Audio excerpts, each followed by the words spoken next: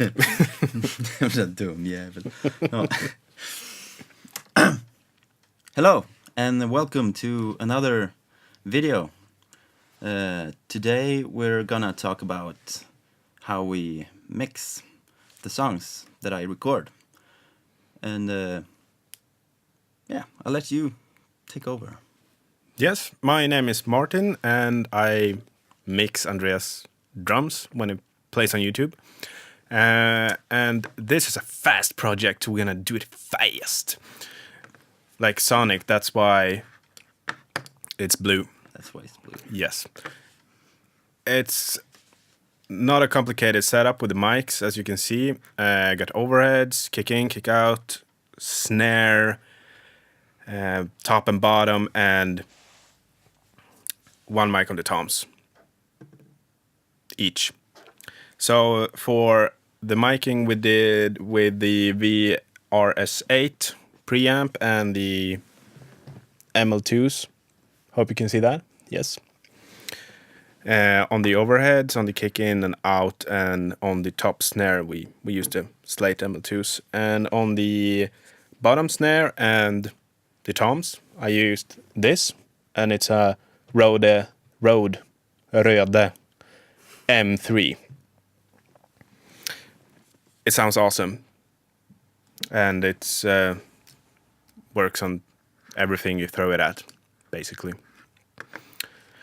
So let's see what we got here. You can see on all my channels, basically I have cut off a lot of low end. It's on every channel because I work with a subwoofer, and when you do, you realize that is a lot of unnecessary information down there that you do not need. So I started with that, and we can take a short listen to the track just to get familiar with it. If you haven't heard it, the link's down below to the drum track, the video.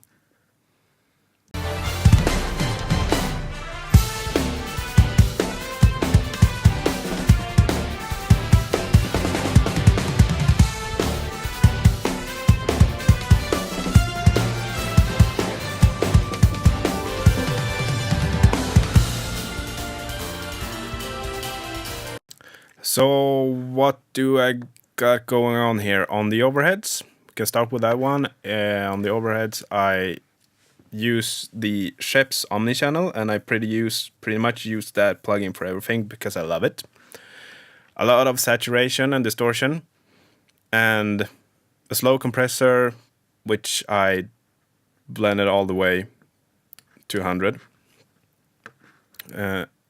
Not much EQ because I didn't feel it was needed, because of the awesome mic placement.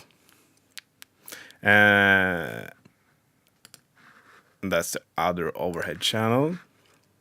We can take a listen to them in solo mode so you can hear what it sounds like.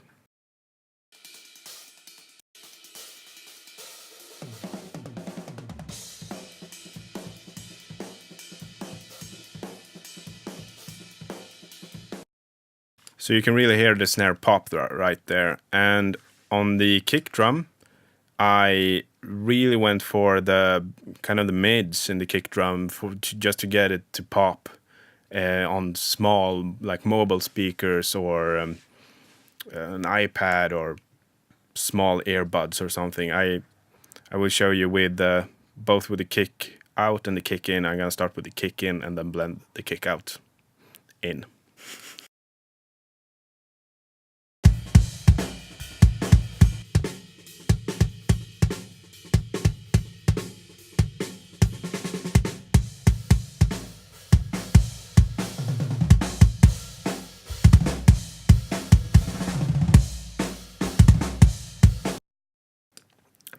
And once again, Sheps Omnichannel, a lot of saturation and distortion, a fast compressor I blended it in almost halfway through, a lot of highs, took away some of the mids, which didn't sound that awesome, and that's pretty much it. I did the same thing on the kick out channel as well.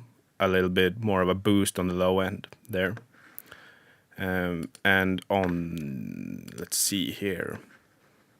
And then I got another compressor, a CLA 76 with a fast attacks and slow release, 2 to 3 decibel gain reduction. Sounds pretty awesome.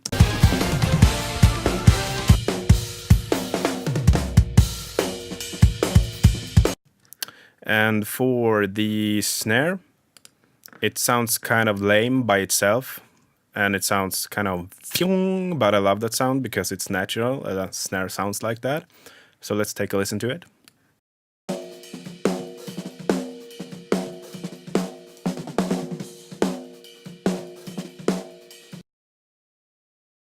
And when you blend in the overheads, you can hear the snare even better.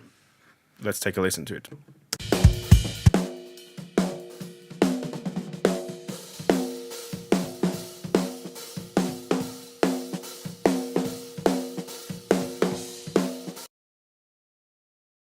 I didn't overwork the snare too much because it sounded right in the mix, because the whole song is so big and there's a lot of reverb, and when other hits the snare just in the right time, there's another snare in the song that has a lot of reverb, so it just sounds cool.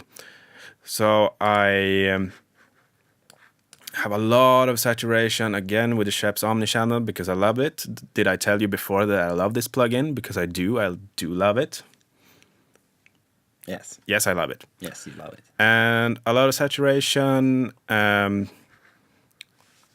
bit less highs. I scooped out some mids, low mids, and a bit of boost on the lows, on the top snare, and on the bottom snare, and with a fast compressor. On the bottom snare, pretty much the same. And the fast compressor blended half the way through. And again with a CLA 76 just to get it that yummy feeling that you get of a CLA 76. Let's see. The toms. I think I have a tom loop right here. You can take a solo listen to it.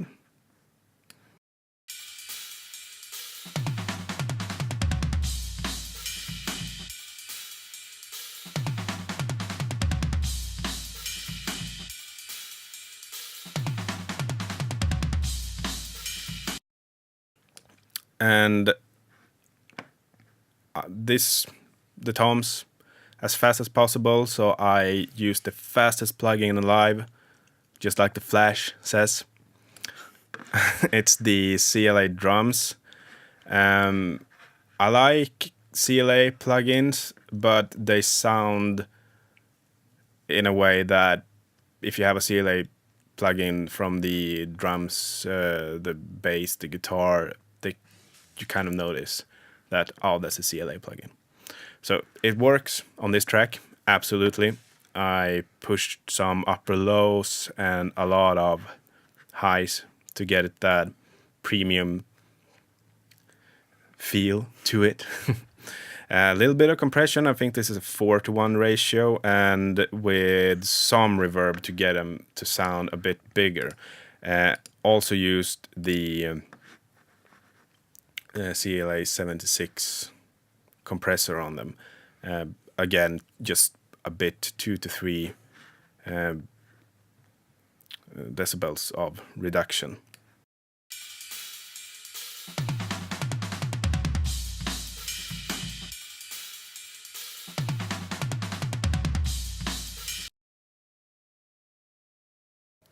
Yes.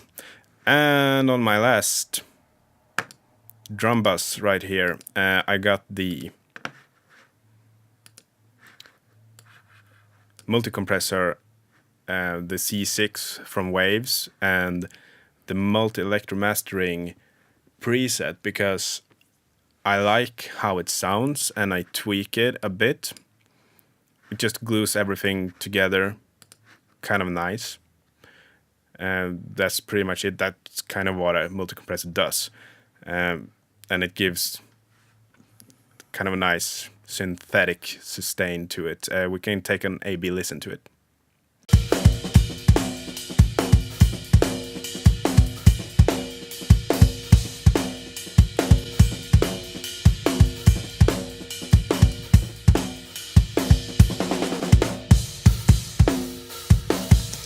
And let's do an A-B on the whole drum kit.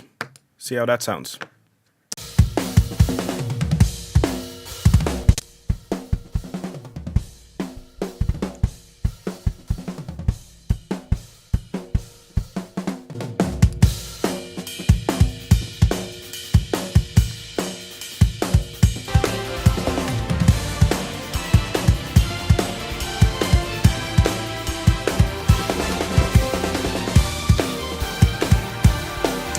So there's a fast video for ya on some drum mixing, and play a lot with a bunch of distortion and saturation and compression, because that is what makes it sound cool.